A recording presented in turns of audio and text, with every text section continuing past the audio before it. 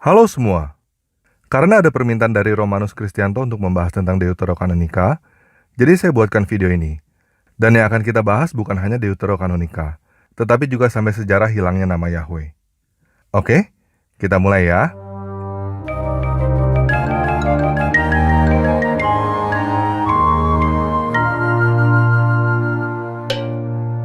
Buat teman-teman yang belum tahu apa itu Deuterokanonika, Deuterokanonika mempunyai arti kanon kedua.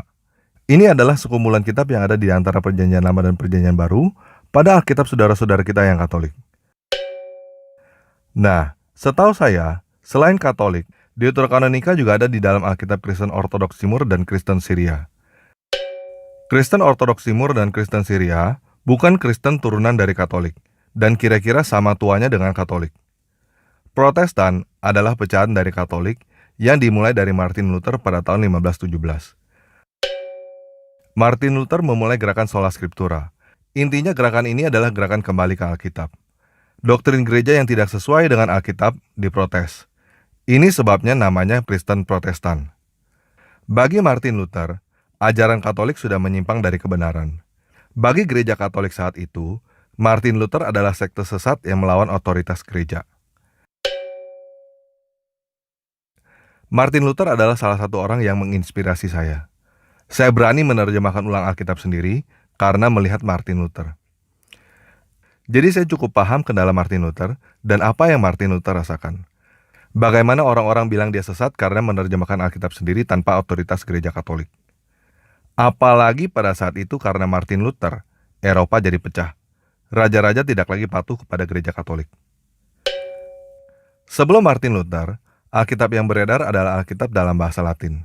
Alkitab ini dikenal dengan nama Vulgata. Tidak semua orang bisa membacanya, dan tidak semua orang boleh membacanya. Martin Luther menerjemahkan ulang Alkitab ke dalam bahasa Jerman. Bahasa Jerman saat itu adalah bahasa rakyat. Banyak orang yang mengerti. Dan pada saat itu juga berkembang teknologi mesin cetak. Jadi sebelumnya, Alkitab disalin oleh orang. Semenjak Martin Luther, Alkitab dicetak pakai mesin. Karena Martin Luther tidak percaya kepada gereja Katolik, dia juga tidak percaya kepada Alkitab Vulgata. Jadi dia menerjemahkan ulang Perjanjian Lama dari bahasa Ibrani dan Perjanjian Baru dari bahasa Yunani. Nah, ketika dia menerjemahkan ulang Alkitab, ada masalah yang dia hadapi mengenai Deuterokanonika. Deuterokanonika jelas bukan Perjanjian Baru, tetapi Deuterokanonika juga tidak ada di dalam Perjanjian Lama bahasa Ibrani. Jadi dia memutuskan untuk tidak menerjemahkan Deuterokanonika. Nah, sebenarnya apa sih Deuterokanonika dan kenapa tidak ada di Perjanjian Lama bahasa Ibrani? Untuk tahu itu, kita harus balik ke sejarah yang lebih tua. Kita ke sejarah pertama kalinya Alkitab diterjemahkan. Alkitab pertama kali diterjemahkan dari bahasa Ibrani ke bahasa Yunani sebelum Yesus lahir. Alkitab ini disebut dengan nama Septuaginta. Isinya adalah sebagian Perjanjian Lama. Walaupun banyak orang yang tidak sepakat dengan saya percaya bahwa Alkitab inilah yang dibaca oleh Yesus Kristus ketika dia datang ke dunia. Dan di dalam Septuaginta tidak ada nama Yahweh. Nah, kebanyakan orang percaya bahwa nama Yahweh itu diterjemahkan karena nama itu adalah nama kudus yang tidak boleh disebut. Terus terang saya tidak setuju dengan hal itu. Kenapa begitu? Begini, ini adalah peristiwa sejarah penting yang kebanyakan teman-teman pada nggak tahu. Terutama yang Protestan karena tidak adanya Deuterokanonika. Saya akan langsung aja ke intinya ya. Kalau teman-teman mau tahu lebih detail tentang hal ini, silakan nonton video dengan judul Kesempurnaan Alkitab kedua, Nubuat Daniel. Oke? Nah, sebelum Israel dijajah oleh Romawi, Israel dijajah oleh kerajaan Seleucid. Kerajaan Seleucid adalah kerajaan Yunani yang mulai berdiri sejak 312 sebelum Masehi. Di antara raja-raja Seleucid, ada satu raja yang bernama Antiochus IV Epiphanes. Raja ini melakukan apa yang disebut dengan Helenisasi dengan sangat keras. Semua orang di wilayahnya harus menjadi orang Yunani, berbahasa Yunani, berpakaian Yunani, makan makanan Yunani, menyembah dewa Yunani. Pada tahun 167 sebelum Masehi, Bait Suci Yerusalem dijadikan Bait Zeus oleh Antiochus IV Epiphanes ini. Orang-orang Yahudi sudah pasti dipaksa dan dianiaya besar-besaran pada saat itu. Dan itulah sebabnya Alkitab diterjemahkan ke dalam bahasa Yunani. Dan menurut saya, itu juga alasan kenapa tidak ada nama Yahweh. Bukan karena nama itu terlalu kudus untuk disebut, tetapi karena dilarang oleh kerajaan Seleucid. Pada saat itu banyak yang terjadi. Salah satunya adalah pemberontakan Makabe yang membuat Israel merdeka dari kerajaan Seleucid. Semua ini tercatat di dalam kumpulan kitab yang disebut Deuterokanonika itu. Jadi kenapa tidak ada Deuterokanonika bahasa Ibrani? Karena pada saat itu, bahasa Ibrani sudah tidak boleh dipakai. Pada saat itu, orang-orang Yahudi harus menggunakan bahasa Yunani. Nah, Deuterokanonika adalah sejarah bangsa Israel juga. Dan setahu saya, orang Yahudi juga memegang Deuterokanonika, tetapi tidak dianggap sebagai kanon utama. Itu sebabnya disebut kanon kedua, Deuterokanonika. Jadi Deuterokanonika adalah buku yang diakui oleh Yahudi, Katolik, Ortodoks Timur, dan Kristen Syria. Protestan bukan tidak mengakui apa yang tertulis di dalam Deuterokanonika. Hanya saja tidak dianggap harus dimasukkan bersama Perjanjian Lama dan Perjanjian Baru oleh Martin Luther. Nah, kalau teman-teman yang Protestan ingin tahu tentang isi Deuterokanonika lebih lanjut, silakan baca Alkitab teman-teman kita yang Katolik. Alkitab Katolik juga diterjemahkan oleh Lai, kecuali bagian Deuterokanonika diterjemahkan oleh LBI. Nah, apa yang saya sampaikan setelah ini adalah pendapat saya. Deuterokanonika sebenarnya tidak berdampak sama sekali pada keimanan terhadap Yesus Kristus. Tidak berdampak pada iman Kristen. Tetapi dampak tidak adanya Deuterokanonika pada Protestan yang saya tahu adalah pada penafsiran akhir zaman. Hal ini karena ketidaktahuan sejarah ratusan tahun sebelum datangnya Yesus, yaitu ketika Israel dijajah oleh Yunani. Dan salah satu poin penting yang terlewatkan oleh teman-teman Protestan adalah Antiochus IV Epiphanes dan Makabe. Jadi menurut saya, cukup disayangkan Deuterokanonika tidak ada di dalam Alkitab Protestan. Dan saya berharap nanti ada Deuterokanonika juga pada openbiblika.com.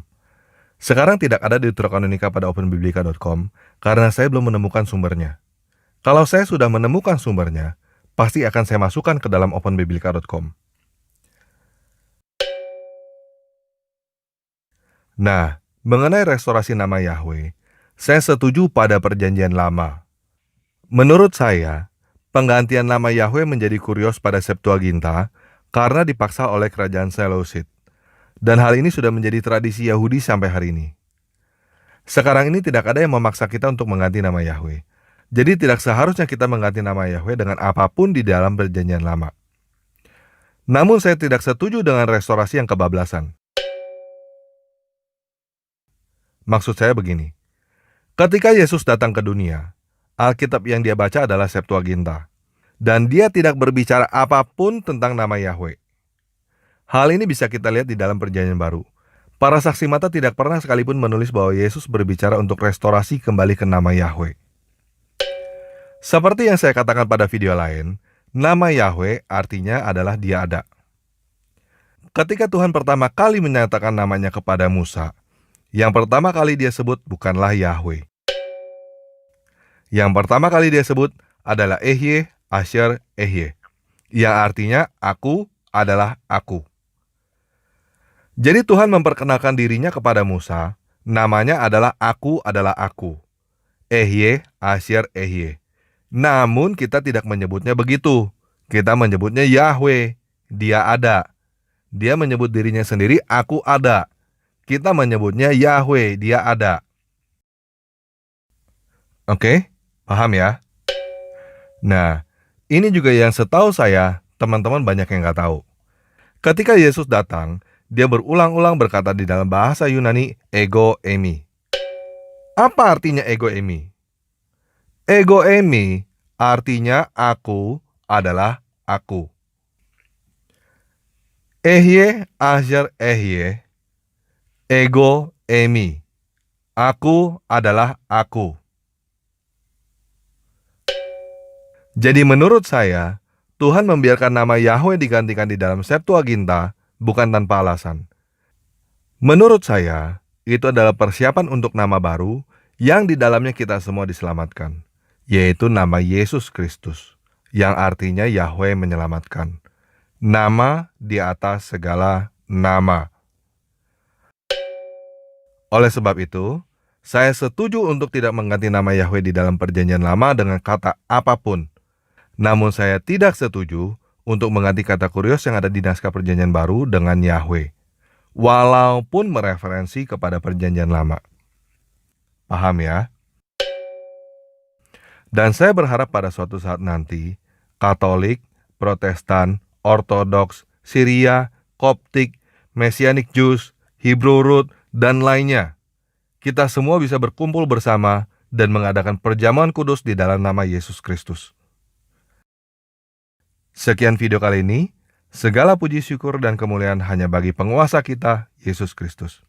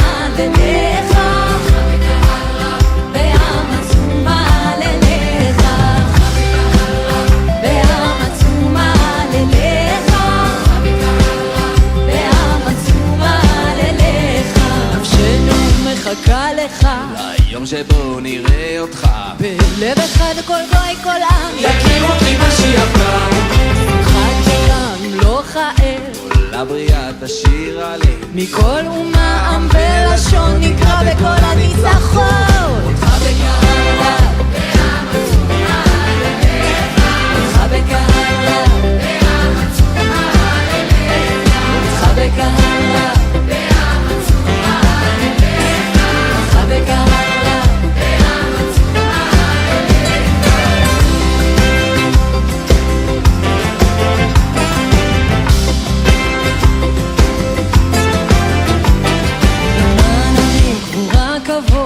מלאכים תשוב בהוד כל עין ארץ תראה שובך